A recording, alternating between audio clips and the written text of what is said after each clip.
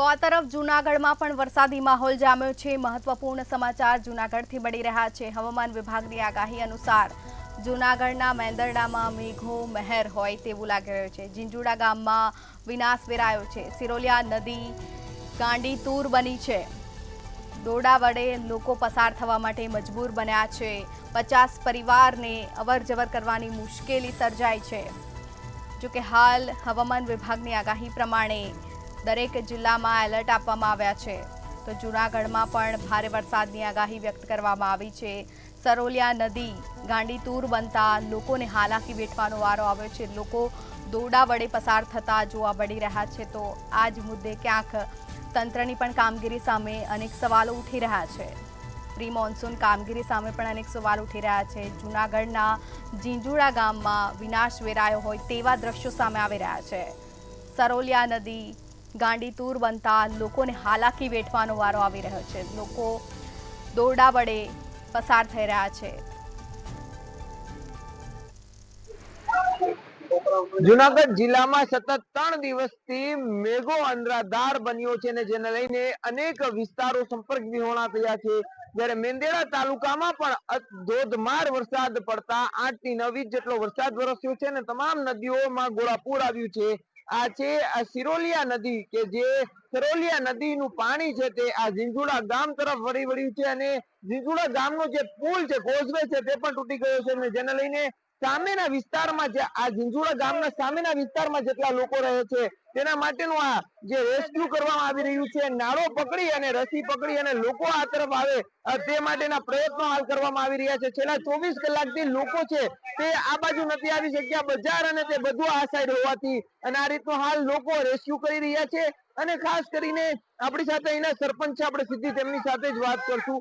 સરપંચ, કઈ રીતની સ્થિતિ અને આ રીતના રેસ્ક્યુ કરવામાં આવે? 24 કલાક થયા કોઝવે તૂટી ગયેલ હોય, જેથી કરીને વિદ્યાર્થીઓ અવરોજવરો બંધ કર્યો કરિયાણું લેવા માટે આ નાળા એસયુ થી અમે કાંઠે જઈ રહ્યા છે અને ગામથી વિખૂટો પડી ગયેલ હોય, જેથી કરી તાત્કાલિક અસરથી તાત્કાલિક કામ થાય એવી નમ્ર વિનંતી કરીએ છીએ। કેટલા સમયથી કેટલા લોકો છે એ બાજુનો, કેટલો સમયથી? 200 માણસનું કુટુંબ સામે કાંઠે રહે છે। આ કાંઠે આવે એવી કોઈ પરિસ્થિતિ નથી, જેથી કરીને નાળાના એસયુ થી કરિયાણાનો કોઈ પણ જાતનો માલ લેવો હોય તો આ કાંઠે આવવું પડે છે। તો જીવના જોખમે આ બાજુ લોકોને આવવું પડે છે, કારણ કે ઘરની અંદર જે જીવન જરૂરિયાત વસ્તુ ન હોવાથી તે લેવા માટે ગામના અન્ય લોકોની મદદથી અને રસીની મદદથી તેમને નદીનો પાળો ટપીને આવવું પડે છે। આપણી સાથે અહીંના એક અગ્રણી છે, તેમની સાથે વાત કરશું। મેંદરડા તાલુકામાં કઈ રીતનો વરસાદ, કેટલી નુકસાની અને પંથકમાં કઈ રીતની સ્થિતિ છે? હું જિલ્લા પંચાયતના પ્રમુખ હરેશભાઈ ઠુમરના પ્રતિનિધિ તરીકે અહીંયા આવ્યો છું। મેંદરડા તાલુકામાં ખૂબ મોટે પાયે વરસાદ પડ્યો છે, જાણે અતિવૃષ્ટિ થઈ હોય એવો વરસાદ પડ્યો છે।